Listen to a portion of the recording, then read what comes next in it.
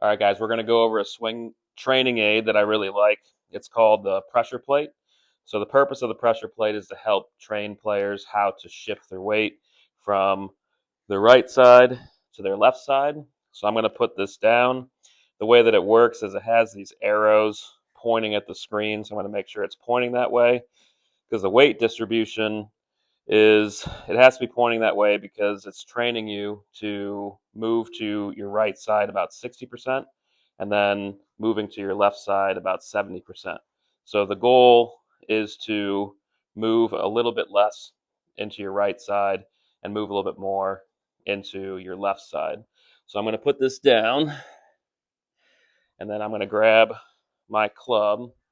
Now there's an angle from down the line that I'll add to show where the ball is going.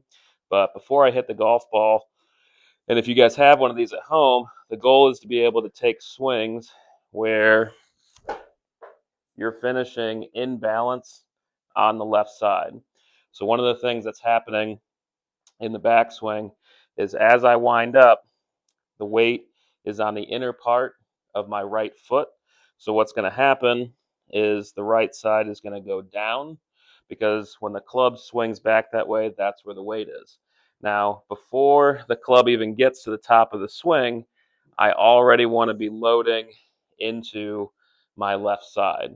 So before the club gets to the ball, the left side of this platform needs to be down. So that is the sequence that we're going after.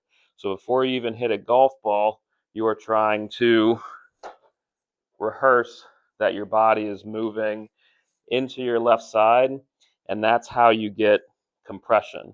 In order to get solid contact consistently, the club has to be leaning towards a target. So you don't have to chop down to make that happen. You just need to get your weight over to your lead side. So this can be used for left-handed golfers as well. You just have to flip it around.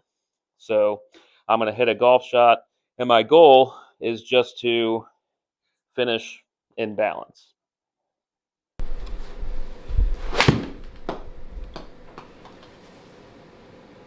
Okay. So contact was good. I wasn't worried about contact. I was just trying to get my weight shifted over to my left side.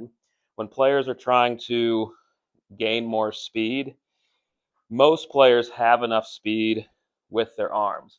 It doesn't mean that you can't work on increasing the speed with your arms, but a lot of the ability to generate speed and, more importantly, consistency is that you understand where the weight should be at the top of the swing and then where you need to get to coming through. So a lot of players that start working on their swing don't have the full range of motion to basically avoid using their arms too much. So the less your body does, the more that your arms have to do. And a lot of players that struggle with hitting behind the ball or low on the face, those thin shots, it's because they're falling back. So I'm going to hit a couple just to demonstrate. If you fall back, I can feel all the weight under my right foot. And where the ball is going to go is short, high, and to the right. So that's going to be the main miss. It doesn't mean that you can't miss it left if you try to save it with your hands. So I'm going to make sure my weight falls back again. So on that shot, the ball's going left because I forced my hands to turn over. So a lot of players that struggle with weight shift, they're forced to find the ball with their hands. The longer the club is, the harder that is to do. The less loft there is, the harder it is the bigger the misses are going to be, basically. So this is a really good training tool that you can use with or without golf balls. Now, if you do want to get some speed or just freeze at your impact position to see where you are, this is an impact bag, and all I did was put towels in here. This is like $15. Just put some old linens in there, basically. the way that I'm setting this up isn't exactly where the golf ball would be. It's slightly ahead of it. So what this is going to do is it's going to stop me at the moment of impact. So that's a lot of players have a hard time stopping at impact unless they're going in slow motion. So the goal here, if you're working on speed, is to hit this bag as hard as you can where you're trying to hit on the bag. You're not trying to hit under it. If you fall back, you are going to hit under it, and the bag's going to get up in the air. So I'll show you that as well. But right now, all I'm focused on is hitting this as hard as I can to emphasize speed. Again, speed comes from getting into your left side. You can see what the club would look like at contact. So I'm going to hit it. So it stops me at contact. When you're stopped, you want to take that opportunity to feel where you are. So at the moment of impact, it stops me. I'm on my left side. No matter what club that I'm hitting, I need to get to my left side. A lot of players with driver end up falling backwards because they're trying to hit up on the ball. So now if I fall back like this, again, you see where the weight is. It lifts the bag up, and like the bag will finish to the left for the most part. So if you want to get good compression, more distance, the weight has to get over to your left side. You can practice this at home. You don't need it. You don't need to go to the driving range and spend hours with it. The goal is to rehearse your sequence. The reason it's good to hit something is because that's going to translate to when you're actually hitting golf balls. There has to be a moment of contact that everybody feels.